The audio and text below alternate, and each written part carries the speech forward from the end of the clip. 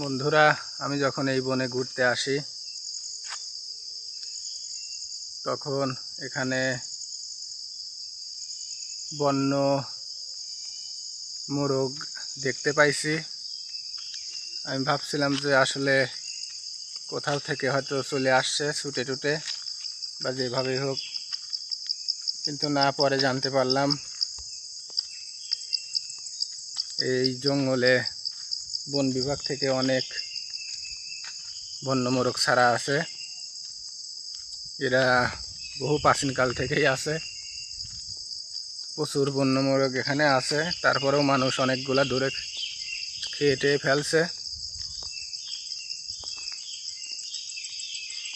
তো মোরগগুলা আসলে নিজের চোখে না দেখলে বিশ্বাস করবেন না, খুবই শক্তিশালী। এক একটা মোরগ মানে পাহাড়ের নিচ থেকে উড়াল দিয়ে একদম পাহাড়ের উপরে উঠে যায় গাছের মাথায়। মানে কোনোভাবে দৌড়ানি দিয়ে ধরা সম্ভব না।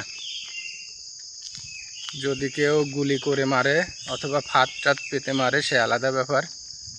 মানুষ আসলে এখানে যারা পাহাড়ি মানুষজন তারা মোরগগুলা আসলে ফাঁদ পেতে পেতেই বেশিরভাগ ধরে ফেলে। তো এখানে প্রচুর পরিমাণে পাহাড়ি মোরগ আছে। এগুলো সন্ধ্যা হলেই ডাকাডাকি শুরু করে দেয়। দেখেন কি রকম ঘন জঙ্গল, আর গাছগুলো দেখেন কত লম্বা।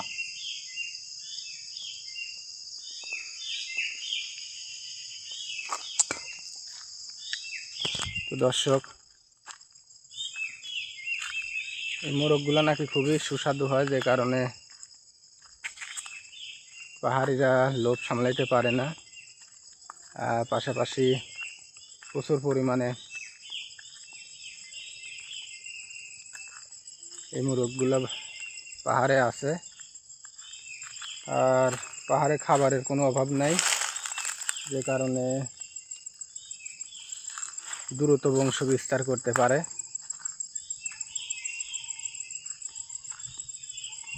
এই রাস্তাটা এই গহীন জঙ্গলের মধ্যে শুধুমাত্র নিরাপত্তা বাহিনীর চলাচলের জন্য করছে। দেখতেইছেন চারপাশে নিরাপত্তা বাহিনী যাতে সহজে বনের ভিতরে ঢুকতে পারে এবং অবৈধভাবে যারা অবৈধ কাজ কারবার করে তাদের সেটা রোধ করতে পারে। এই জন্য মূলত এই জঙ্গলে এত টাকার রাস্তা করছে সরকার। প্রচুর পরিমাণে আসলে এই গাছ কাটা হয়, গাছ চুরি হয়। এই যে কাঁঠাল গাছে কাঁঠাল, তো গাছগুলা দেখা যায় যে চুরি করে করে নিয়ে যায়, কেটে কেটে। লক্ষ লক্ষ কোটি কোটি টাকার গাছ। এছাড়াও এটা মায়ানমার সীমান্তের কাছাকাছি হওয়ার কারণে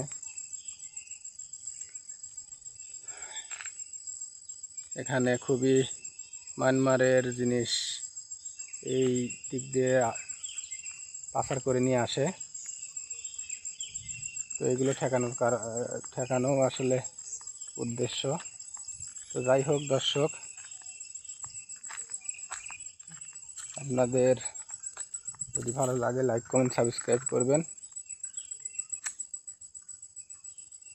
ওই দেখেন দর্শক,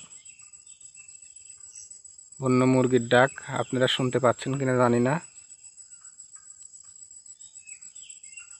আমি স্পষ্ট শুনতে পাচ্ছি, অনেক জোরে জোরে ডাকতেছে।